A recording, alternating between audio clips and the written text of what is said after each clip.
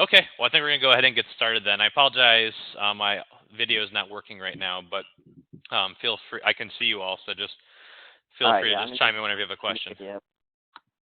Pardon? Yeah, I just joined the video so I can see you guys.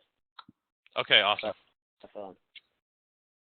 Cool. So what I'm going to do is I'll just give you a background of myself, kind of what I do inside of finance, and then I give you guys an opportunity to ask some questions about either finance generally or specifically about my career or kind of whatever is on your mind. So my name's Elliott Lorenz. I have, for the past 5 years, been working as an algorithmic trader at a couple different firms. I went to college at Northwestern. When I was there, I studied engineering and applied math. I kind of figured out when I was at Northwestern that I wanted to do something in finance around my junior year or so. And so I started to study that and math. And then I eventually went to the Princeton program in mathematical finance, and I did that for a couple of years. And then immediately after, I started working in the high frequency / the kind of algorithmic trading space. And so I've been doing that for the past 5 years.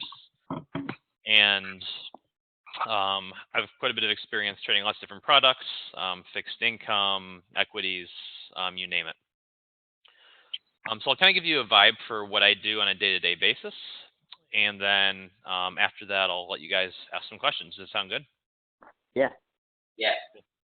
Awesome. So I start the day, usually when I take the train and whatever, I'm reading the news and make sure I kind of know what's happened in overnight markets, whether that's European markets, Asian markets, just to get a general vibe for what's going on in the marketplace. After that, I get into my shop and I start my models up that I've designed previously, and I just basically monitor them. It's algorithmic trading, so everything kind of runs on its own as is. I'm there to make sure that nothing really messes up, but at the same time, it's all run by a computer at very, very fast speeds, or something we refer to as low latency. And so I'm there to kind of make sure things go well, and if they don't, fix them. And when I'm not monitoring the marketplace, I'm constantly designing new strategies or improving existing ones. So as an algorithmic trader, I have to write a lot of computer code. Primarily in C++ and Python is what I write most of my code in. And we write these strategies to be very fast, so they execute in only a couple of microseconds. And we trade in exchanges all across the world. Certainly stuff here in the US, but definitely stuff abroad as well. And so that's really my day, kind of making strategies better, finding new strategies, monitoring risk of current strategies, and kind of keeping on iterating that and trying to be profitable for my firm. So I guess I should probably mention this at first, but one of the main goals of a proprietary trading shop, which is what I'm part of, really is you're trading the owner's money essentially. So your goal essentially is just to increase that for him. You don't have any kind of outside investors, so you're not, we can kind of come to work and be really casual. It's not like working at an investment bank. We don't have any clients. It's really just kind of you're working on behalf of the owner of the company. Cool. So I guess it looks like we have quite a few of us on the call now. We can start away with questions. So I just want to clarify. So your job is to debug the algorithm that does the trading. Is that? Well, I mean, I have certainly lots of roles. I mean, I guess I kind of start off with that because that's kind of how my day begins. I mean, I do a lot of things, right? I write the algorithm, and obviously I have to debug it and implement it and research it and all that. But yeah, certainly debugging is, one important aspect for sure. So what are the other jobs that you do? Well, it's really about kind of so first of all, you have to come up with a strategy, right? And so a lot of that is, taking a bunch of market data from lots of different places around the world and coming up with a strategy. So using different quantitative methods to attempt to, find relationships between products and come up with a strategy you think might be profitable. And so writing that strategy into computer code, some really low latency code, and then simulating that and running some statistical analysis on it and trying to understand, where, is it going to be profitable? And if you believe, through running it through your simulation environment or, back testing things that it's going to be profitable, then you can eventually deploy that into the marketplace. And when it's in the marketplace, then obviously you have to monitor the risk and make sure things don't blow up and kind of make sure things are matching your expectations.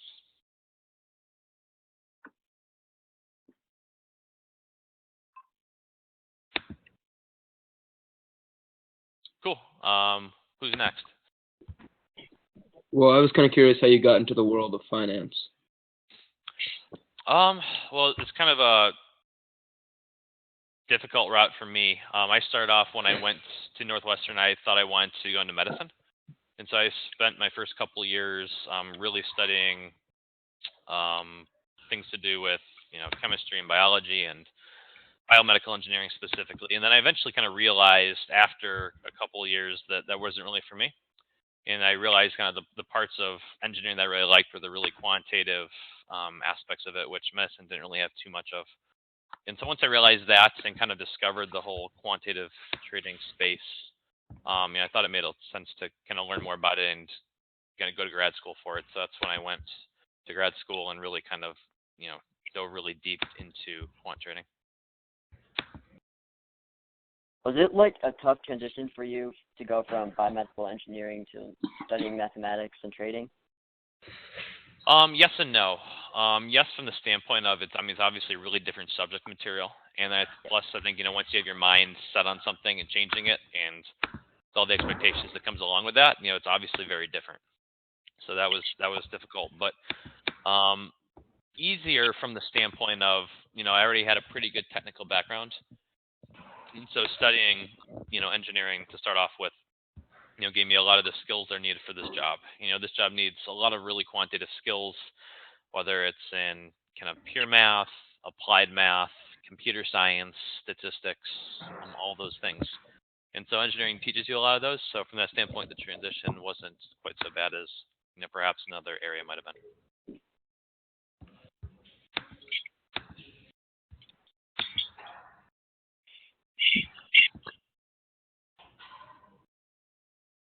Cool. Anybody else have any questions? I was curious if you were going to use your job as a high frequency trader as a stepping stone to like an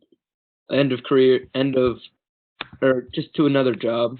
Because I know my dad bounced around in the business world and ultimately ended up as a consultant after he retired. And he just took a whole bunch of jobs. So I was curious if this is a stepping stone job or this is what you want to do. Right, and I think it's a great question. In a lot of areas of finance, you see people like, for example, starting in like banking and then, eventually moving over to, for example, private equity or going over to something in the, from the public markets to the private markets. In the trading world, generally speaking, there really isn't, a stepping stone job from here. Generally speaking, kind of what it is, once you're in the trading world, the goal is just to, keep becoming more successful and keep up with the pace and do as best as you can in that world. Generally speaking, you don't kind of see like another path after that. There certainly could be a lot of things, right? Because I think, especially in today's age where trading is so quantitative, there's definitely skill sets that overlap in a lot of different areas. Whether that's some kind of statistical analysis job using machine learning or a variety of different jobs that are really analytical. But no, to answer your question, I don't really have the next job for me necessarily picked out. I think there's several things I could do if I wanted to, but I think my goal is kind of like here in the moment now, trying to do as best as I can in my current role.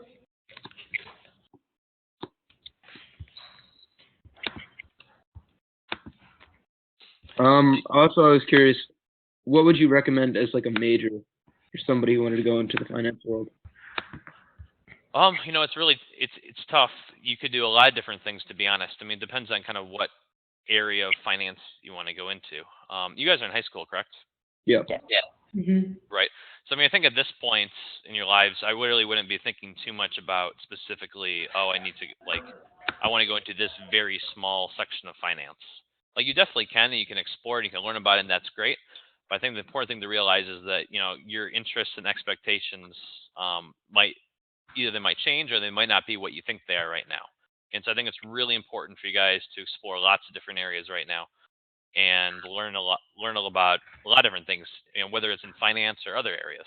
And then within finance, there's obviously like a lot of things you could do, right?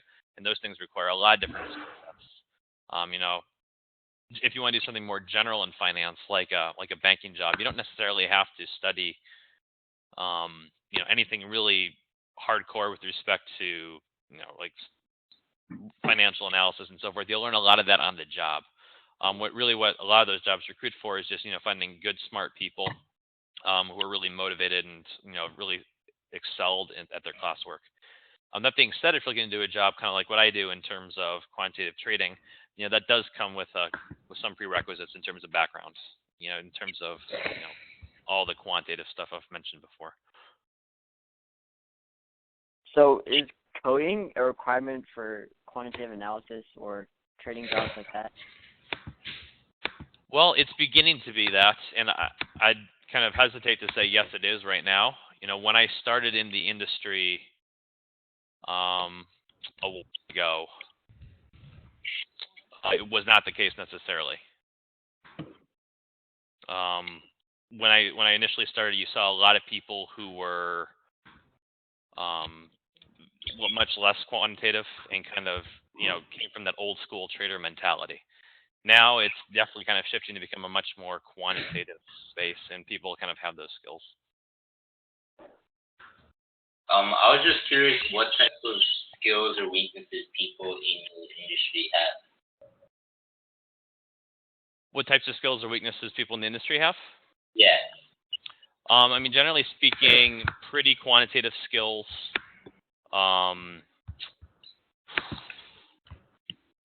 Really good at statistical analysis, really good at combing through lots of data and understanding patterns and relationships and kind of taking an idea and implementing that in computer code. That's really the main thing. Obviously, working together in teams is crucially important in terms of communicating ideas back and forth.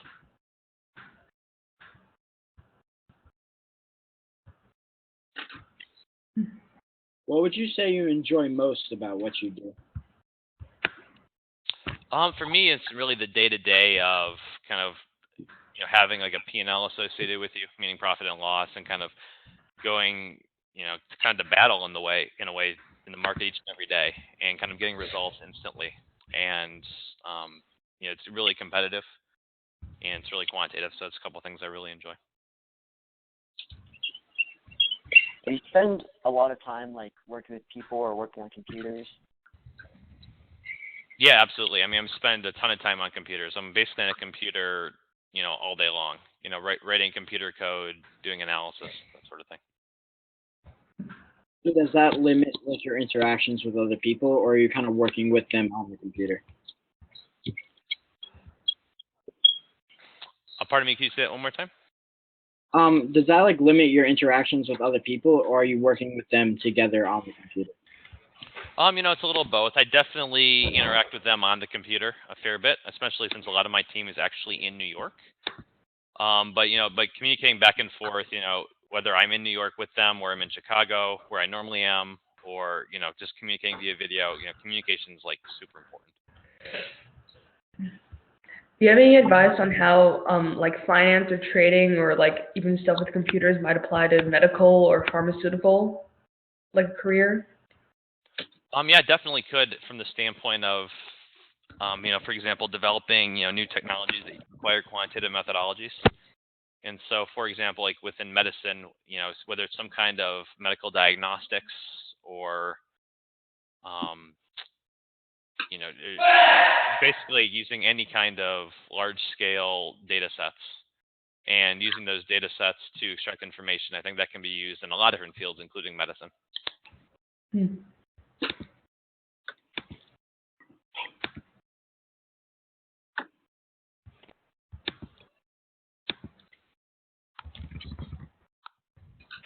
Does anybody have any more general questions about finance? Like not necessarily what I do, but kind of like how to approach your career or, things more generally, or kind of what to look for when looking for an internship or questions like that? Well, would you recommend going to undergrad business school if you know that's what you want to do? Yeah, it's tough to say. And I think not necessarily. Like, it really depends on, kind of what area in finance you're interested in. Like I said before, it's really hard to know that. So, I mean, I think it probably depends on each individual person, each opportunity. I certainly can't say for certain. I mean, I never did that, but, I mean, I think a lot of people have done it and done very well as well. So, I can't really say for certain one way or another. It'll be helpful from the standpoint of you'll learn some skills right off the bat, and it'll really help you in interviews. So you won't have to necessarily learn a bunch of new stuff for that. So from that standpoint, it'd be beneficial.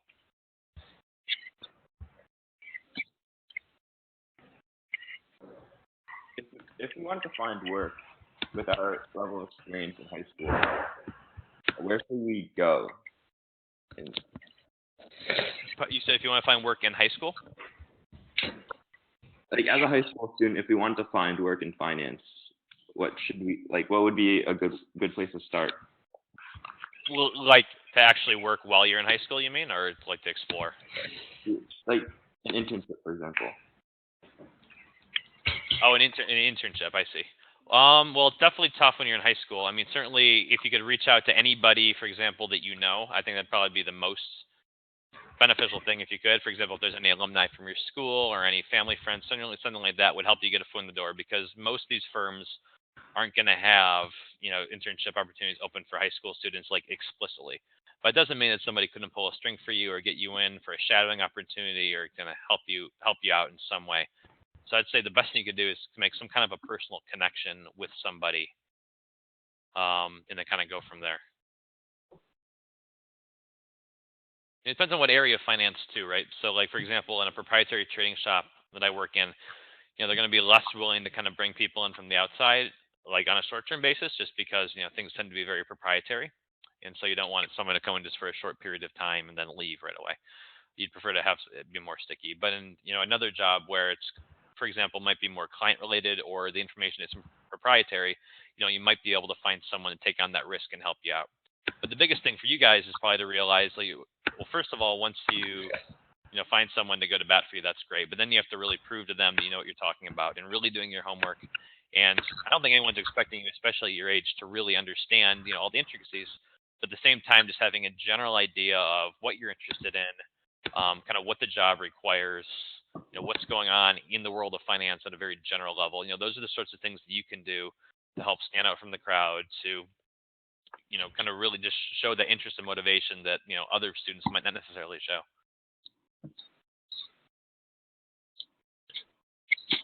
Oh, hey, I can't hear you, man.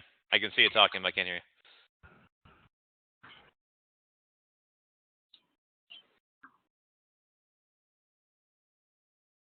you. Ethan, are you on mute? There's a little button that says mute. Try refreshing. You gotta connect. There's a chat button where you can type. Oh. In the meantime, any other questions?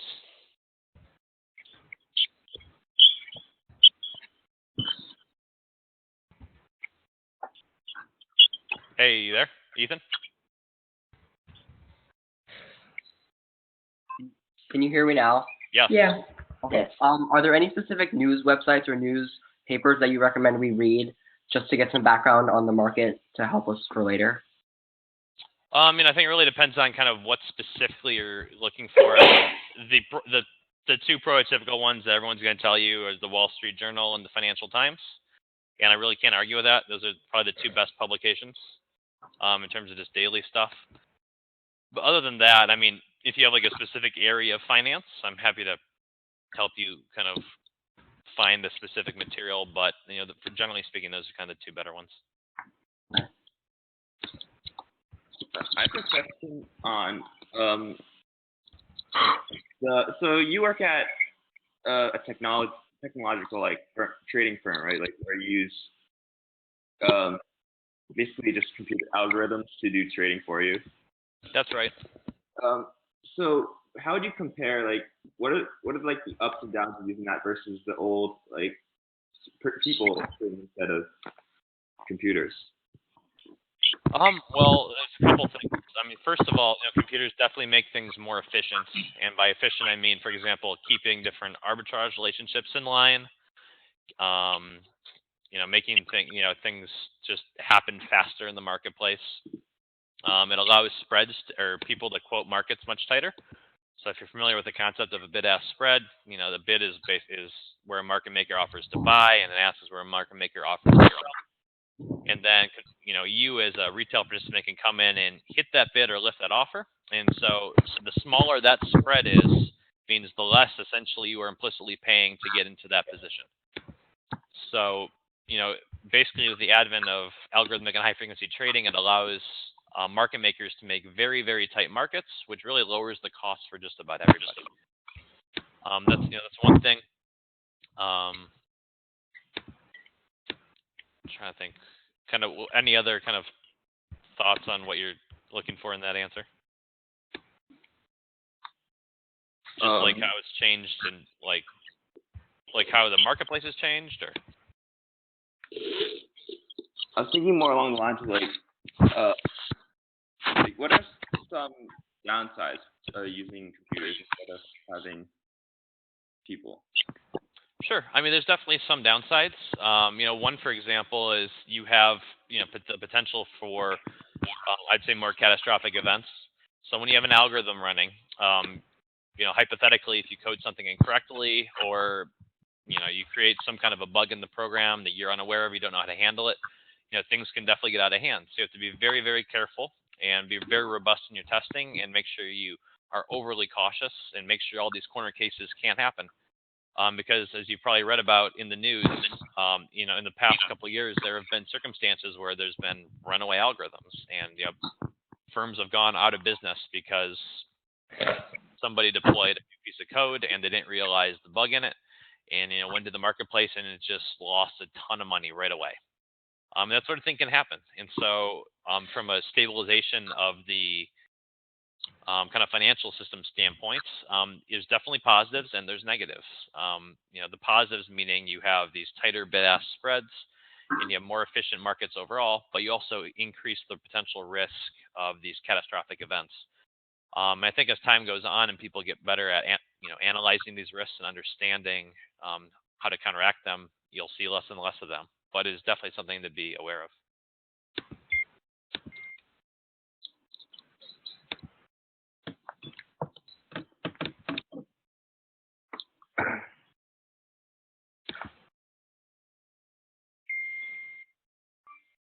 So what you guys are about juniors in high school, is that right? Mm-hmm. Yeah, rising juniors. Got it. So you're starting to think about the college admissions process then, no doubt. Mm-hmm. So do you have any questions with regard to that in terms of kind of once you get into college, the things to study or or how to approach looking for internships or looking at different areas within finance or anything to do with that?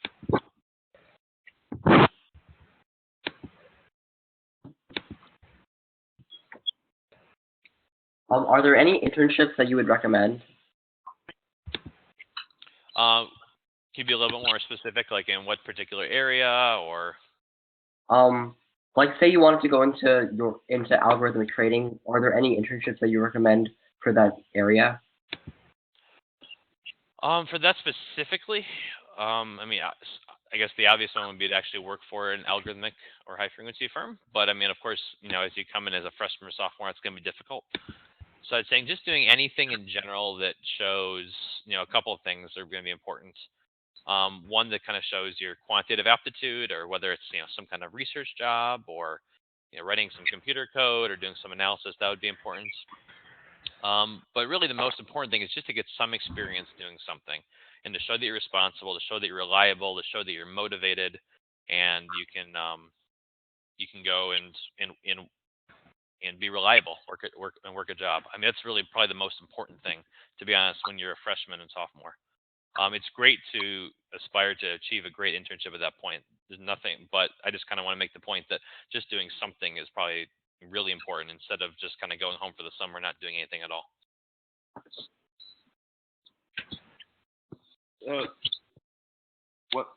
Finance is a really broad area. So what made you choose specifically the quantitative algorithmic trading? Right. So for me, I knew, like, I guess when I was breaking down the different main areas, right? So you have things like banking, trading, wealth management, and gives kind of more general, like corporate finance. I guess for me, I like of all those, I like trading because of like the fast-paced nature and how quantitative it was. And then kind of within the trading realm, I like the quant / high frequency space because of some of those reasons, and the fact that I kind of saw the space really evolving really quickly and really changing a lot, and kind of merging well with my skill sets.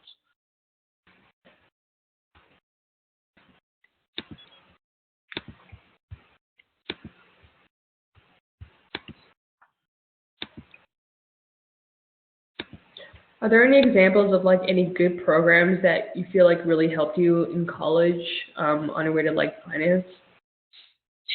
So when you say programs, are you referring to classes or? Yeah. Right. Well, certainly when I was in grad school, I took a lot of finance-related stuff, but I think you're probably referring to kind of more general things. Yeah. It's really funny, right? You go to school, you take all these classes, and you get done, and you get into the real world, so to speak, and then so often, you don't kind of ever go back to any of them. And I guess that's kind of the case for me. I think college is excellent for critical thinking skills and learning a lot about yourself, and definitely learning some technical skills. But as far as like specific knowledge, I don't really have too many specific classes to really mention. I think it really kind of depends on what you're interested in, and and to be honest, it's probably unfair to even ask you guys right now what that's going to be, because it could very well change. Maybe within only a couple months, maybe within a year or two. But I think the most important thing is to really just try out a lot of different things, and to be honest with yourself about what you like and what you don't like. That's one of the hardest things to do, is to really, like, for example, you might go in and say, this is the job I want, but it's really important to say and be honest with yourself. And if that changes, and say, okay, it's not really what I want to do, because you have to remember that's going to be something you're going to potentially be doing for, in the case of finance, up to 100 hours a week for, many, many years. So it's just really, really important to know beforehand, what you're interested in.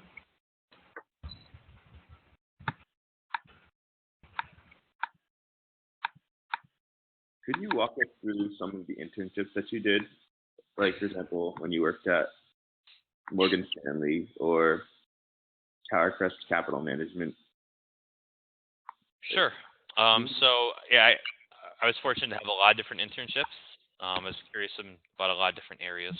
So my first internship, or kind of major internship, I guess you might say, when I was in college, was actually worked at the Cleveland Clinic, and I did biomedical research there.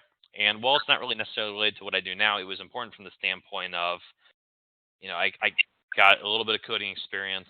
I got to do some research with lots of large data sets, and it was a good professional work environment that I'd never been in before. So that was really useful. After that, I worked for a proprietary trader at the Chicago Board of Trade, and that's kind of where I got my first kind of introduction to finance, and got to apply a lot of the skills I had learned, either in school or my previous internship, and really just start to learn about trading, because I went to it and really knew absolutely nothing, to be honest. After that, when I was in grad school, I had a couple internships. One, as you mentioned, was at Morgan Stanley. I worked on the interest rate options desk for a summer, and I got to understand kind of what life was like in a big investment bank, and I quickly learned that really wasn't for me. I also worked for a smaller firm there, just like a small hedge fund, doing some equity analysis. And while that's not something I do right now, again, another good experience, because you really learn another side of finance, and something that, I might not be able to use right now, but, you never know down the line when it might be useful. And then after that, I've had a couple jobs now within, the trading space with a couple different firms. You said you didn't like working at a large investment bank. Why is that? What's different in what you do right now compared to that? Right. So the biggest thing for me, I guess, at the large investment bank was, I kind of felt like I was a small cog in a big machine, and I felt like at times it could be difficult for me to kind of really have an impact on what I did. Whereas I'd worked at small firms in the past, and I really liked just the small firm atmosphere. I liked really getting to interact with all the colleagues around me and really understand them, and kind of wear a lot of different hats within the organization. And being able to kind of understand, for example, the full trading process from start to end. Whereas if you work in a bigger organization, sometimes that can get lost on you. Or your goal or your job might be to focus on one specific, part of it. So, there's definitely pluses and minuses, and lots of different people prefer one, and lots of different people prefer another. And it really just kind of comes down to kind of you personally and kind of testing them all out and understanding what's best for you.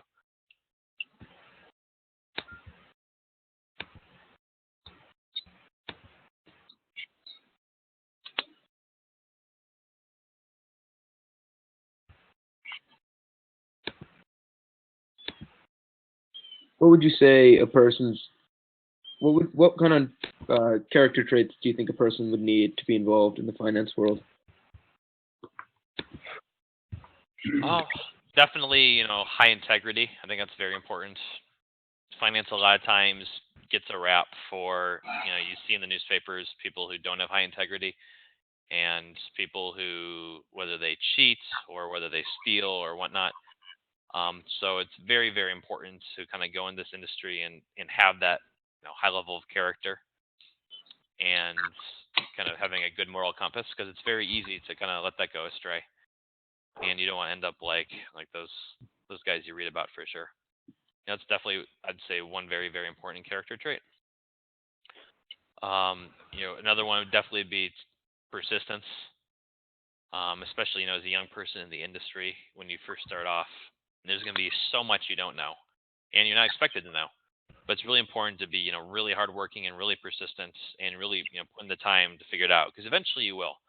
But it does take some time, no doubt. And so the more effort you put into it, and the more persistent you are, the better, the results will be eventually. But just kind of being persistent and hardworking over a number of years, I think, is one of the most important things you can do.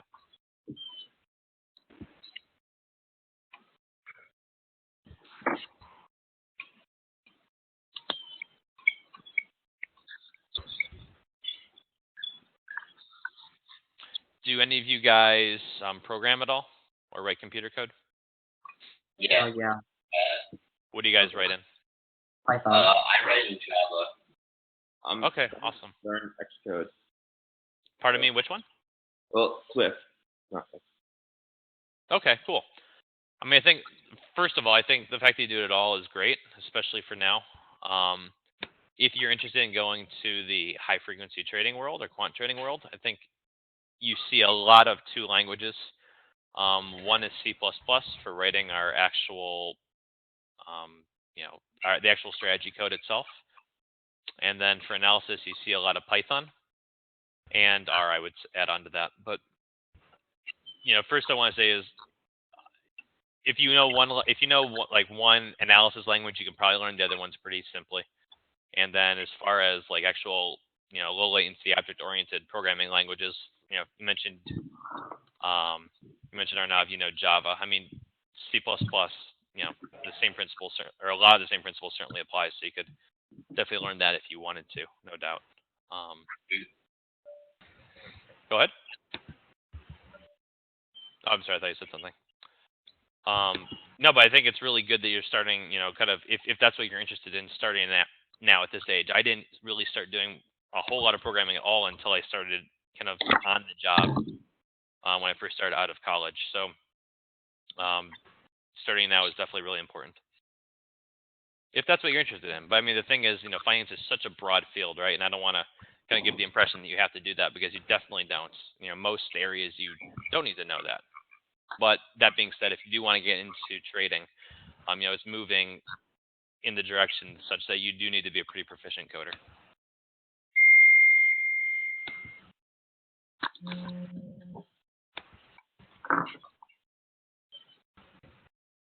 Do you guys have an idea what you want to major in college? That's okay. It's probably good not to know and just explore lots of different things and figure it out when you get there.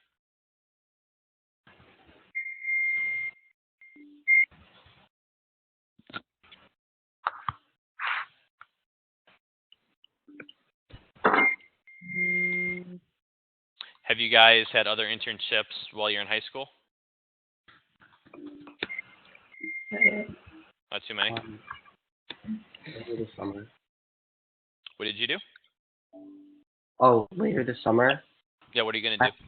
Oh, my mom's old colleague who works at the lab at UPenn, he's letting me be like his lab assistant there for a month. Cool. That's great. I mean, I think that really kind of underscores what I was saying before in terms of, creating relationships with other people, whether you know them already or not. That can be super helpful to finding a potential internship, right? Because, as you know, for a high school student, it can be difficult. So that's great that you're able to do that. Have you guys ever tried doing any trading on your own? Yeah, I have. Investing? What have you invested in or traded? Well, yeah, I have this app called Robinhood, which basically lets you trade for free without. It's a great app. Yeah. Well, I invested like right when the stock market went down a lot, so I went from $2,000 to $1,000, but hopefully that improved. Well, first of all, Robinhood is a great app, so I definitely encourage everyone to use that if they're interested in trading, because commissions can definitely eat into your profits considerably.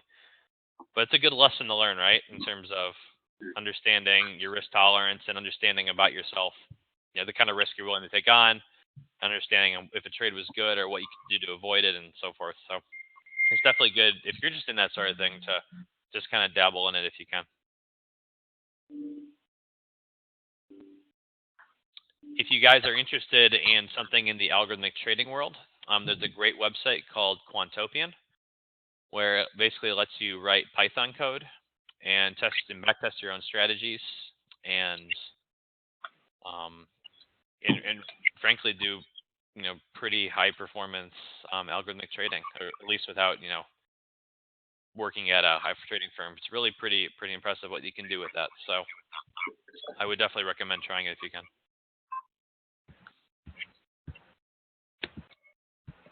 Cool. Any other questions?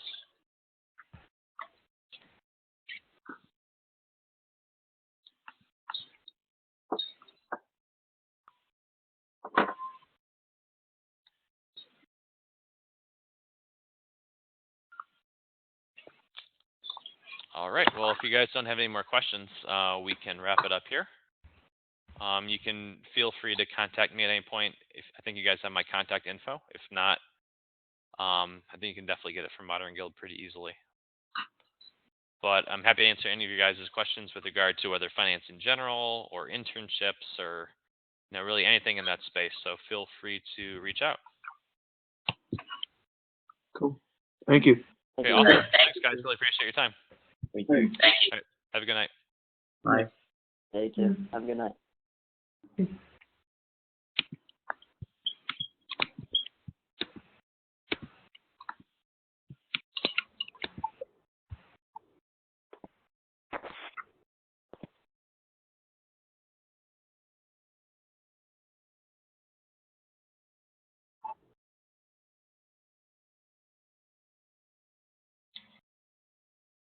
Okay.